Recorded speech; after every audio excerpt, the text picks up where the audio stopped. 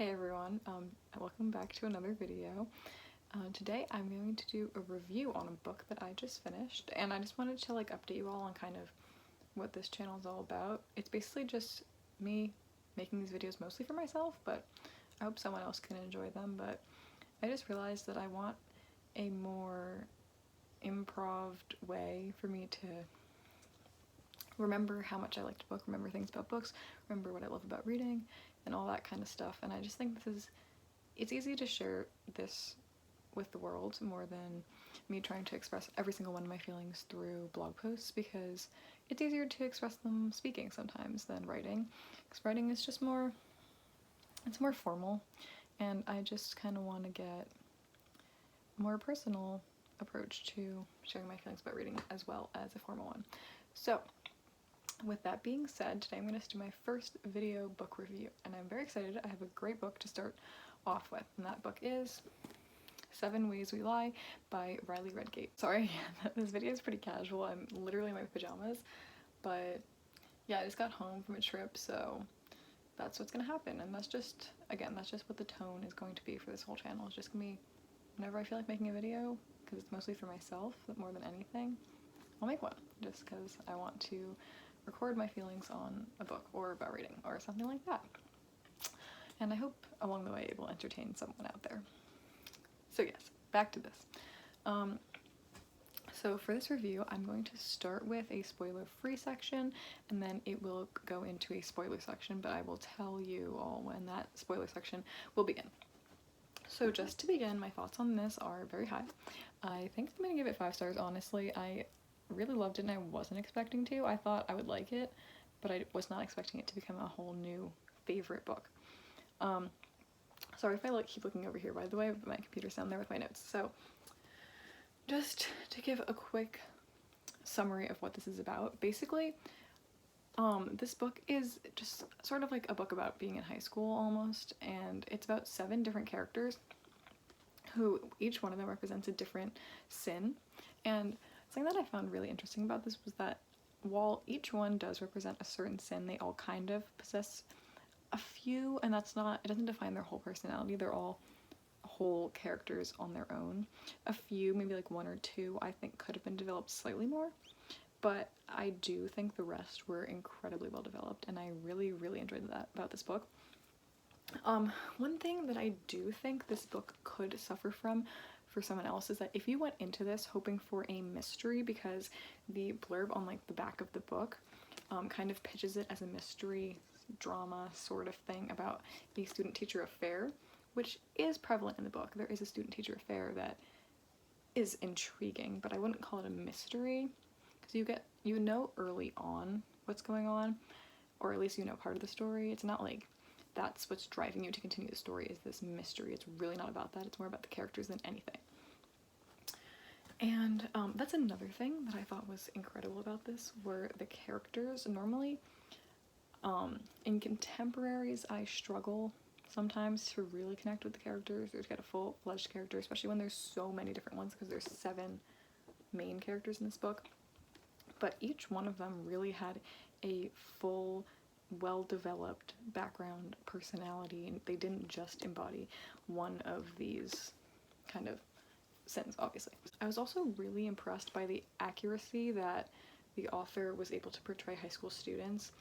They weren't carbon copies of each other. They weren't just, cut and paste versions of teens you see in movies. They were all just raging partiers or a complete nerd. There was a whole spectrum of people, and each person possessed a different trait, and they didn't just have one singular trait. They each possessed a myriad of different traits that built a unique personality for each individual. And that was something I really thought was very interesting. I also was really, really able to relate to a bunch of characters in here. I'll go more into depth about that in my spoiler section, but there are so many different characters that have so many different aspects of themselves that I really found myself relating to in ways that I was not expecting at all. And I tabbed up a bunch to the side. I don't know if you can really see, but those are all points where I either felt like I could really relate to the characters, or that I just found a quote that I really liked or a scene that I really liked, because there's a bunch of those. This book also had a really good representation of a lot of different things. So like some that I can just think of off the top of my head is a half Latino character, there is a pansexual character, there is an asexual character. I'm sure there's more, but those are the ones that stick out in my head. But there's a lot in here that really, I think also the character that's asexual I think is kind of hinted to be somewhere on the autism spectrum, but it's not explicitly stated on the page, so depends, you can take that how you will, but I'm pretty sure there's something going on with that there. And just the way it was written was not like that trait of the character was defining them. Like that's true about the sins, that's true about their diversity, that's true about basically everything about each character. Nothing really defined each character. They all had their own unique personalities and unique differences that made them special, and I found it not even confusing to be reading from 7 different perspectives. I thought they all had a unique voice and I could really distinguish who I was reading from almost every single time, especially because the chapters were short, it was easy to remember. One thing I would say about this book though that could potentially be a negative is that I don't think I would particularly relate to or maybe love this book as much if I wasn't in high school currently, because this book is very much about high school. It's all about high school drama essentially, but I feel like it goes to a higher level than just stupid petty stuff. But I do think that like if you're not in high school or college, like maybe college, you would kind of be like bored by it because none of it really would apply to you at that point.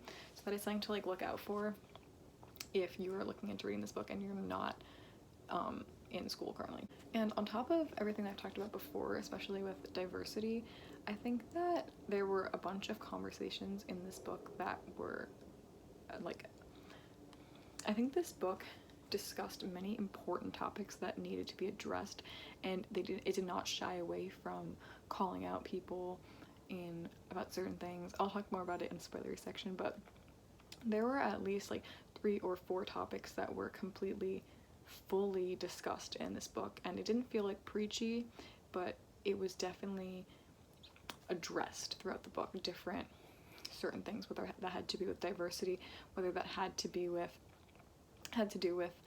any sort of like drama, sexism, anything like that. It was fully addressed in this book, and nothing was kind of glossed over at all, I don't think, and that was something else that I really appreciated about it. So the final thing I'm going to say before the spoilery section is that this book also impressed me with its writing. I'm pretty sure this is her debut novel, and on top of the fact that the characters were extremely relatable and well written, the way that everything kind of tied in together at the end regarding the character arcs and certain things and the title of the book and just everything like that, honestly really impressed me because it all took a lot of thought, and I will give a very specific example of this in the spoilery section of this video, but I was thoroughly impressed by one scene, especially at the end, and just the writing overall of like every scene. I was actually so stressed during one part of this book that I had to stop reading for a second because I had to go to bed because I was so stressed because this book was so well written that I really felt like I was experiencing something the character was going through, and it's honestly just impressive. I definitely want to read another book by this author soon. She has 2 other books out. One is called Noteworthy. I'm not too interested in that just because it's not about something that I'm interested in, but there's one called Final Draft that I think is her most recent novel that I am very interested in, and I'm definitely going to pick that up hopefully within, like the coming year. So yeah. So now I'm going to move on to the spoiler-y section. So yeah, if you haven't read this book and you just don't want to hear spoilers, then don't continue this video.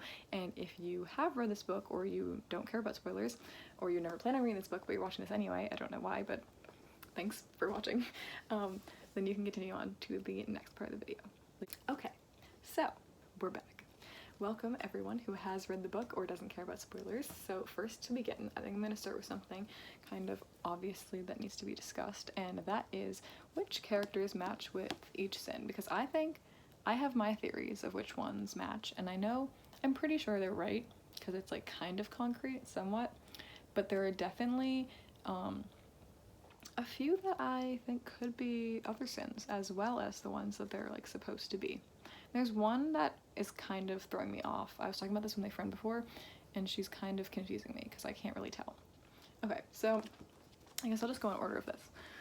I think that lust is Olivia Scott because in the beginning of the book, she's known for being the girl that sleeps around. And it's a major theme in the book of like just slut shaming and all that kind of stuff going on with her. And that's why I'm assuming that she is lust. But however, there is also Juniper, who is the girl who's involved with the student-teacher affair. And I would argue that she's not lust, though, because she, despite the situation of the student-teacher affair, is actually in love with the teacher, and it's not just lust, because they make it very clear that they never actually slept together. So I don't think she's lust. I think she's actually gluttony, because she constantly drinks throughout the book. She's just constantly drinking away her feelings, and I kind of interpreted that as gluttony, because it's like, it's not food, but, you know, kind of the same deal. I think greed is quite obviously Lucas, because he's obsessed with flashy objects, kind of, because he's not the richest compared to everyone else in his school district, and he just kind of wants to fit in, so he sells drugs and stuff so that he can get like the flashy items, you know. So greed.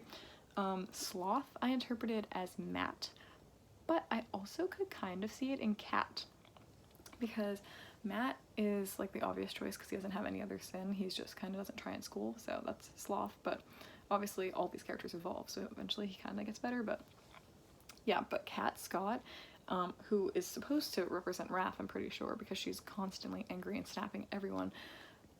She could also represent sloth because she kind of loses a sense of herself. She kind of gets so closed off and isolated that she forgets that she matters herself, and she starts to think nothing matters and doesn't actually do anything besides play video games. So that's kind of sloth, but it's all based in wrath, so I can see where that's coming from. And envy is quite obviously Claire. That character honestly kind of confused me because all the other characters had redeeming qualities, but she was just kind of angry and jealous all the time, and nothing really redeemed her. I understand that she didn't understand her own self-worth, and it's sad, but she was very unlikable to read about for most of the novel until the ending. She does have a moment at the end that makes you a bit sad for her, but overall she's just kind of a bit annoying, and she does some things when she frames Lucas. It's just like, why did you need to do that? You're just dumb. I don't even know. And lastly, Pride. I think Pride might have been one of the most interesting characters. Pride's name is Valentine Simmons.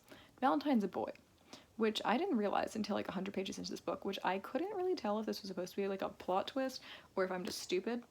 But I think it was supposed to be like a plot twist that he was a boy the whole time, because it never said the word he until literally that moment, and I was kind of shocked, but it's fine. I also just felt really dumb. I started laughing out loud to myself. But he represents Pride because he thinks he's above all people. He kind of uses the fact that he's horrible with social interaction to justify telling himself that he's just smarter than everyone, even though he doesn't understand social interaction. And he is honestly the character I felt like I could relate to the most sometimes, not in that regard, but in the fact that he really struggled with understanding how to talk to people, if that like kind of makes sense.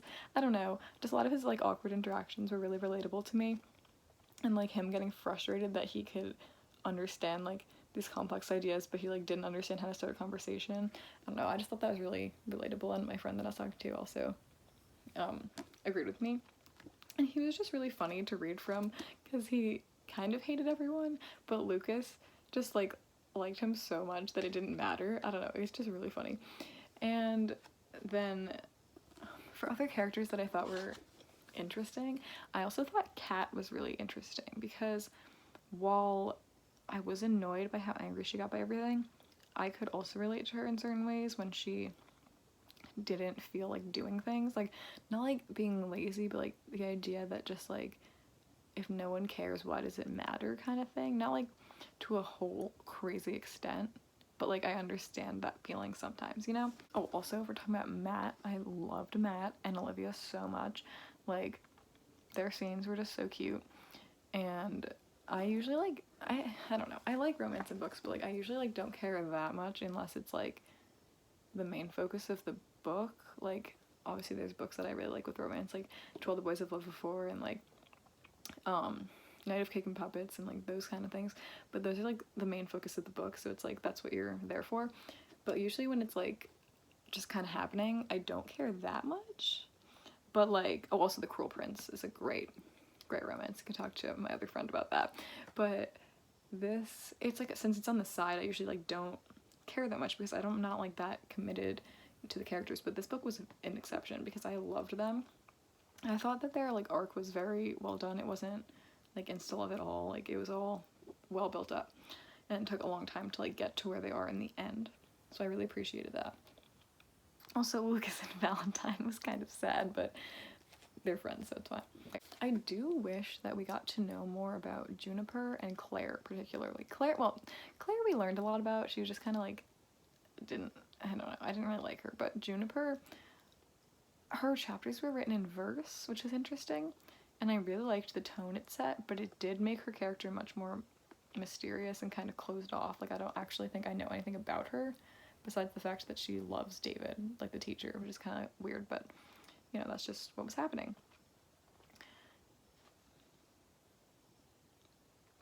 The only thing that I didn't think was done that great in here was that Olivia's dad, when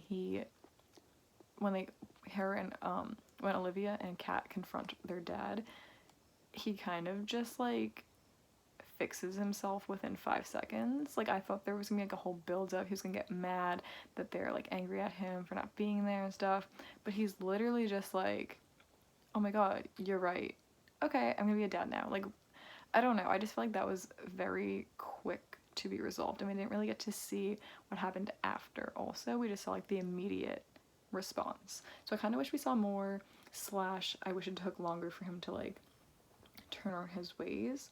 But like, I don't really know, it was fine, that part. It was just like, it seemed a little rushed to me, but I still love this book, and it's still like 5 stars. I would also say this book doesn't have that much plot. Like, if you think about it, like, there's a lot of drama and like random stuff that's happening between the characters, but it's not like a thing that you're like, if I can't like describe to you like the plot of this book, it doesn't exist. It's just like these drama stuff happens, which normally I don't like, but since the characters were so strong in this, I did.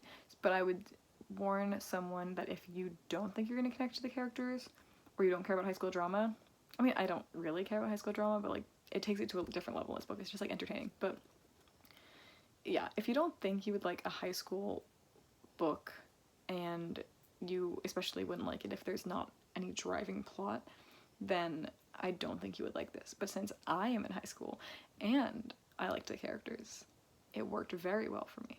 Also, the scene at the end literally blew my mind, where Kat was doing the play, and you realize as the reader what Mr. Garcia was talking about the entire time, about how the play represented Kat and her mom that abandoned her. I might just be stupid, but I did not realize that until the ending scene, and it felt like I fulfilled the author's purpose with that scene. Like, I was the reader she was hoping for, where all my realizations came, like the dominoes were falling in time with her words, and it was great. So that was just a thing that happened at the end for me. I don't know if I'm just dumb and didn't understand that till the end, but like, it was perfect. And then also at the end, I kind of like realized the title made sense, because it's like, even though each one of them is their own sin, they all lied about something, which like, I wasn't even thinking about that the whole time. I don't know what I was really thinking about. It's not just about the student-teacher affair lying, it's literally like they all have things that they're hiding. And in the end, they all like are friends and like tell each other everything. Okay, so thank you all for watching my first book review / book talk, and I hope I can make more of these kind of reviews or just videos in general in the future, just for fun. And yeah, see you all. Bye!